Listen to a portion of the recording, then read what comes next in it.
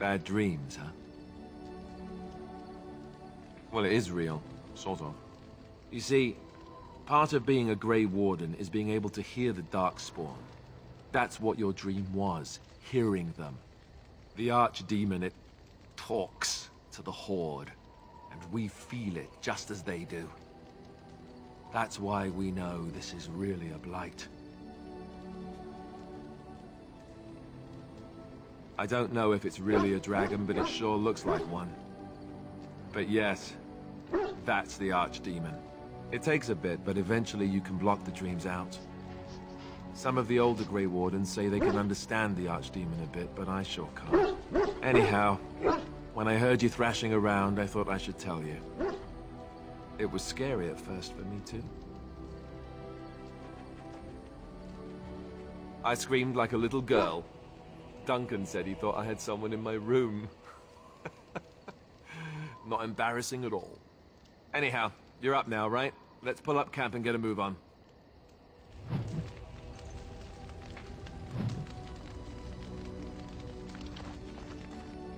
Yes? Well, here I am. I knew this would come up sooner or later. I don't know how to explain, but I had a dream. In it, there was an impenetrable darkness. It was so dense, so real. And there was a noise, a terrible, ungodly noise. I stood on a peak and watched as the darkness consumed everything. And when the storm swallowed the last of the sun's light, I fell, and the darkness drew me in. I suppose I did. That was what the darkness was, no? When I woke, I went to the Chantry's gardens, as I always do. But that day, the rose bush in the corner had flowered. Everyone knew that bush was dead. It was grey and twisted and gnarled, the ugliest thing you ever saw. But there it was, a single beautiful rose. It was as though the Maker stretched out his hand to say, even in the midst of this darkness, there is hope and beauty. Have faith. In my dream, I fell, or maybe I jumped. I'd do anything to stop the blight. I know that we can do it. There are so many good things in the Maker's world. How can I sit by while the blight devours everything? He's still here. I hear him in the wind and the waves. I feel him in the sunlight that warms my skin. I know what the Chantry says about the Maker, and what should I believe? What I feel in my heart, or what others tell me? I know what I know, and no one will ever make that untrue.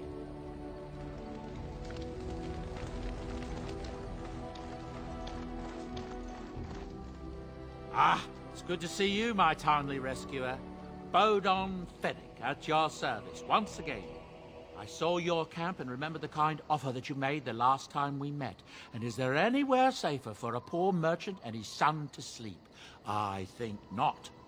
I'm perfectly willing to offer you a fine discount for the inconvenience of our presence. How does that sound? Good? Yes? Wonderful. Thank the gentleman, won't you, boy? Thank you, sir. We won't be a bother to you and your companions, I assure you. If you should need enchantments, simply talk to my boy. Otherwise, come speak with me. Hello. The boy's a bit simple, but he's rather good with enchantments. One of those tranquil fellas actually called him a... what was it now? A savant. I had no idea such a thing existed. Enchantment!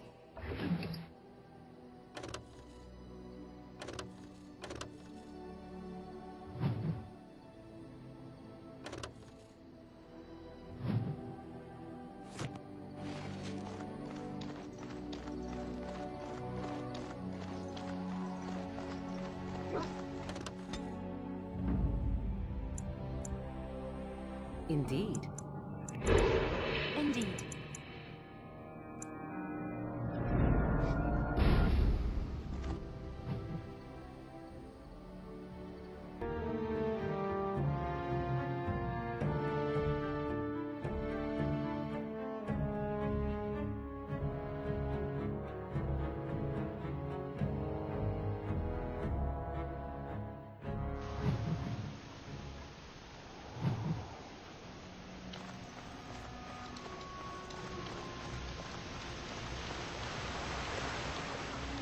I thought I saw travelers coming down the road, though I scarcely believed it. Have you come to help us? Oh. Then you don't know. Has nobody out there heard? We're under attack. Monsters come out of the castle every night and attack us until dawn. Everyone's been fighting and dying. Apparently everyone seems to agree that a blight is the perfect time to start killing each other. Marvelous, really. We've no army to defend us. No Arl and no king to send us help. So many are dead. And those left are terrified they're next. I should take you to Ban Tegan. He's all that's holding us together. He'll want to see you. He's just over there in the chantry. Please, come.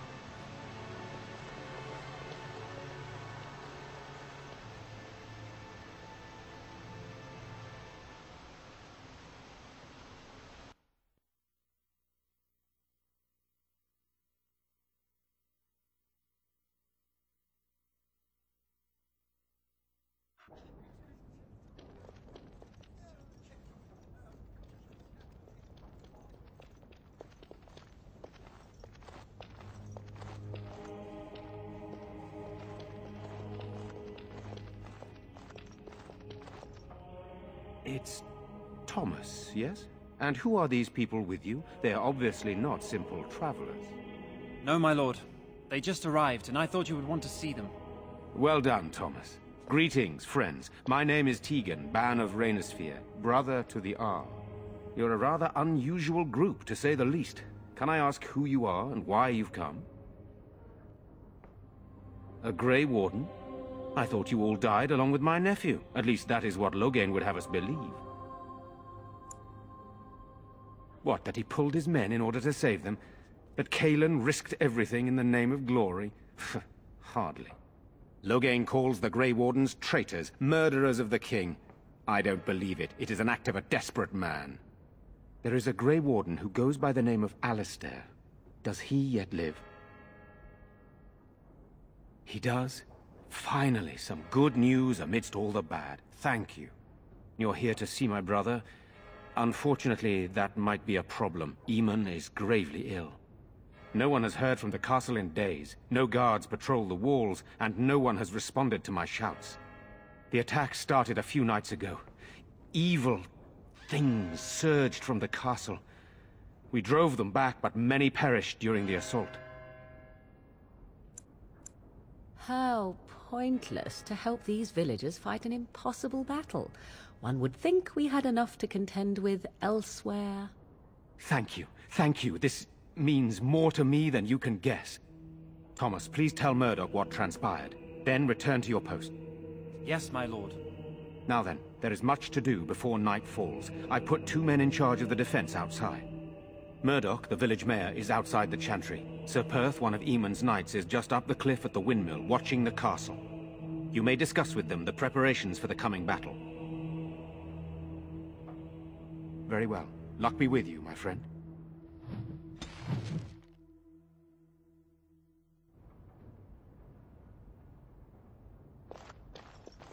Let us pray. Sorry. Am I bothering you? I'll try to be more quiet. Those things dragged my mother away. I don't know what happened to her, but I hear her screaming all the time. Everywhere. How terrible. You poor thing. I wish there was something we could do to help. And now my brother Bevan, he ran off. I don't know where he is. I'm so scared they got him too.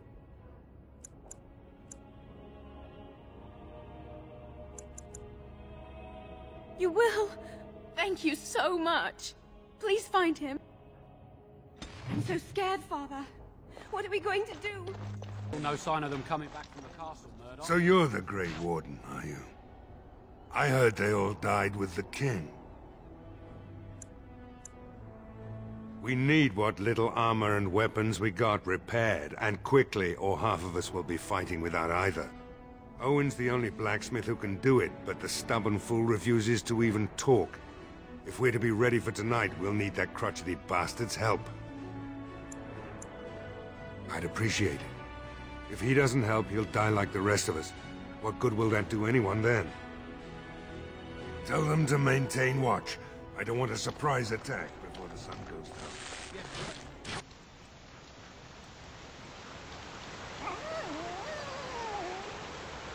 Another? I just gave you one, fool dog. Perhaps you should go and hunt something then. For a warrior. Greetings, Grey Warden. I am as relieved as Ban Tegan is to see you here. I must admit that I do not quite know how to address you. Is my lord sufficient? As you wish, and thank you kindly. I am Sir Perth, until recently in direct service of Arl Eamon of Redcliffe. For now my charge is defending the village from these evil assaults. Would that I had chosen not to seek out the urn of sacred ashes. Perhaps I would have fended off whatever evil befell the castle, or perhaps I would be dead. Ah well, with the Grey Warden aiding our defense, perhaps all is not lost. When the Isle fell sick, we were at a loss. Nothing worked to cure him, and he just kept getting worse. Finally, our lesser Isolde came up with a plan. The Urn of Sacred Ashes is a legendary artifact said to hold great healing powers. If found, it might save him.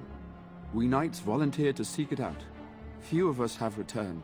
Many are still out there, unaware of what is happening here. We were never certain. He thirsted for water and then grew weaker and weaker. He brought in a mage, but even that did nothing. The Arlessa believed he was cursed and that we needed the power of Andraste herself, or he would surely perish.